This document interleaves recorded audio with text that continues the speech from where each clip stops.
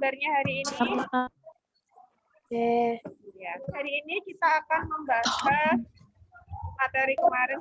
Budian terlebih dahulu akan membahas materi kemarin yang sudah Ibu share di grup. Tampilannya sudah terlihat di layar kalian? Sudah. Oke. Nah, kemarin kalian sudah mempelajari tentang materi pelestarian hewan dan tumbuhan. Jadi, Ananda, anak-anak yang Ibu sayangi, Indonesia itu memiliki banyak sekali hewan dan tumbuhan khas. Ya. Misalnya di mana? Misalnya, coba perhatikan. Nah, ada beruang madu dan harimau di Pulau Sumatera. Ada gajah di Lampung, kemudian ada orang utan di Kalimantan, sedangkan di Jawa itu contohnya ada harimau, banteng, dan badak berculasan. Juga ada hewan lainnya, misalnya di bagian Irian sana, ya ada kus-kus, kemudian ada burung kakak tua, dan burung yang sangat cantik. Namanya burung apa kemarin, Dek? Burung cendrawasih. Nah, di antara garis Wallace dan Weber ini wilayah peralihan. Jadi, kalau yang di daerah barat ini, Dek, Kalimantan, Sumatera, dan Jawa, itu identik dengan hewan-hewan yang memiliki postur tubuh besar. Kamu perhatikan, gajah, badak, banteng, badannya besar-besar. Ya kan? Sedangkan di daerah timur ya ada garis Weber sebelah timur ini itu identik dengan ciri-cirinya yang cantik dan mirip dengan hewan-hewan yang ada di Australia. Misalnya burung cendrawasih, kakak tua, wallaby. Wallaby itu mirip dengan kanguru. Kanguru itu hewan Australia. Di antara dua garis Wallace dan Weber itu ada namanya daerah peralihan.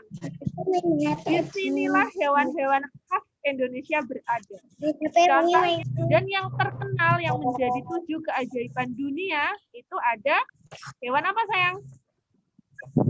Komodo. Kita sebagai warga negara juga harus melindungi supaya tidak punah.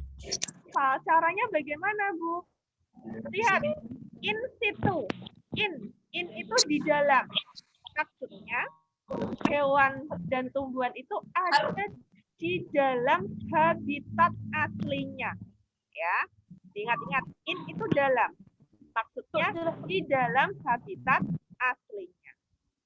Sedangkan ex situ, dari kata ex itu di luar. Sehingga pelestariannya itu di luar habitat asli. Nah, Ibu akan membahas ini. Yang in situ dulu, suaka alam. Itu ada 2 contoh dari satwa adalah, ya tidak usah malu-malu apa sayang? Tadi betul? Iya, hewan. Ya, satwa itu hewan. Jadi kalau suaka marga satwa, itu suaka alam khusus hewan. Di sana yang dilindungi hewannya. Contohnya di mana? Contohnya itu di Waikambas, Lampung. Hewannya adalah apa tadi? Gajah. Sedangkan cagar alam itu contohnya tidak hanya lingkungannya dan hewannya. Jadi dua-duanya dilindungi. Misalnya digunakan. Kemudian di Pangandaran, itu alamnya juga dilindungi, hewan-hewannya, tumbuhannya juga dilindungi. Tahu ya perbedaannya ya? Sudah ya? Jadi kalau cagar alam, itu baik lingkungannya, tumbuhannya, hewannya itu dilindungi. Sedangkan suaka marga satwa, itu lebih kepada hewannya yang dilindungi. Nah, sekarang kita lanjut ke pelestarian ex situ. Kata X di luar. Contohnya yang pertama, rehabilitasi. Apa toh maksudnya di sini? Maksudnya, jadi ketika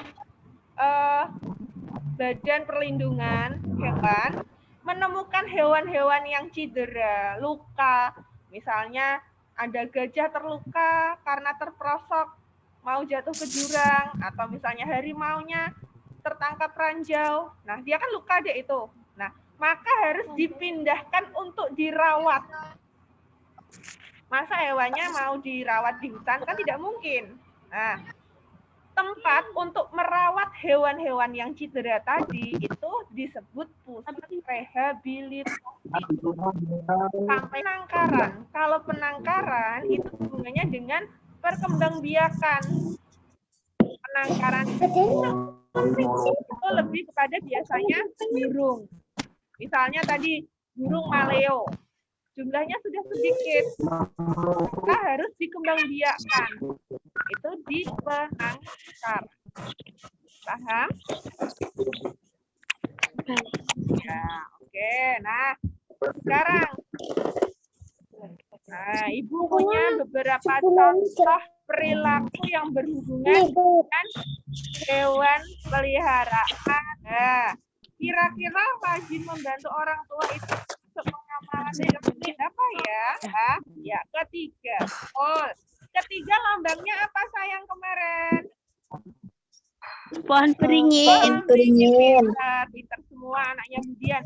Kembali sisa-sisa sampah saat tamasya. Jadi ketika sudah makan bersama di tempat wisata itu dibersihkan. Tempat wisata itu sila keberapa?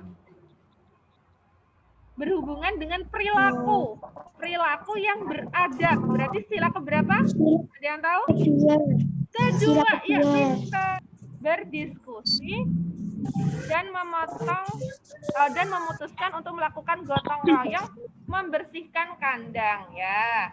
Ada kata diskusi. Tadi Ibu sudah memberikan clue. Berarti sila keberapa? Keempat. Pintar, bagus. 4. Anak Budian pintar-pintar. Keempat. Kepala bandeng ya sayang ya. Kira-kira memberi upah pada karyawan. Sila kelima. Iya, tidak usah takut. Betul jawabannya. Yang percaya diri. Betul, jawabannya adalah sila kelima. Kesempatan beribadah pada karyawan. Hubungannya dengan kata kuncinya beribadah. Berarti berhubungan dengan Sila ke-1. Iya, bagus. Berhubungan dengan agama adalah sila ke-1. Gambarnya apa? Bintang. Jelas ya? Nah, Jelas. Oke. Suhu dalam suatu ruangan awalnya 30 derajat Celcius. Jadi T1-nya 30. Oke. Kemudian suhunya meningkat. Kalau meningkat itu berarti operasi hitungnya apa? Ditambah 5 derajat. Oke, ditambah 5. Kemudian pada sore hari, malam hari suhunya turun 7. Ada kata-kata suhu turun 7 berarti operasi hitungnya Dikurang. Yang dikerjakan mana dulu? 30 ditambah 5.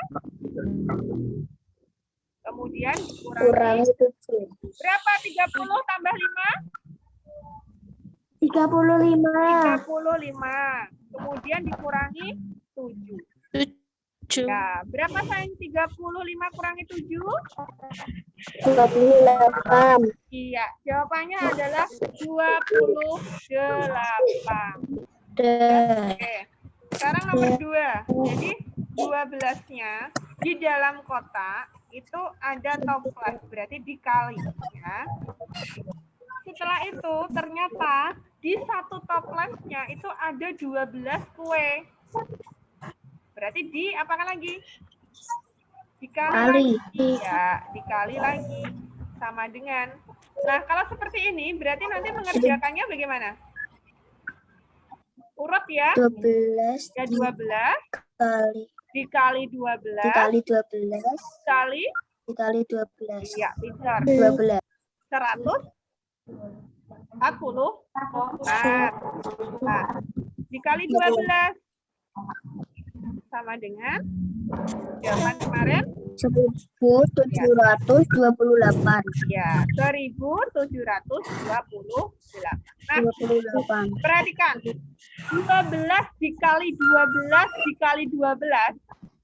Karena 12-nya ini yang sama ada 3 itu, nanti menulisnya adalah 12 pangkat 3.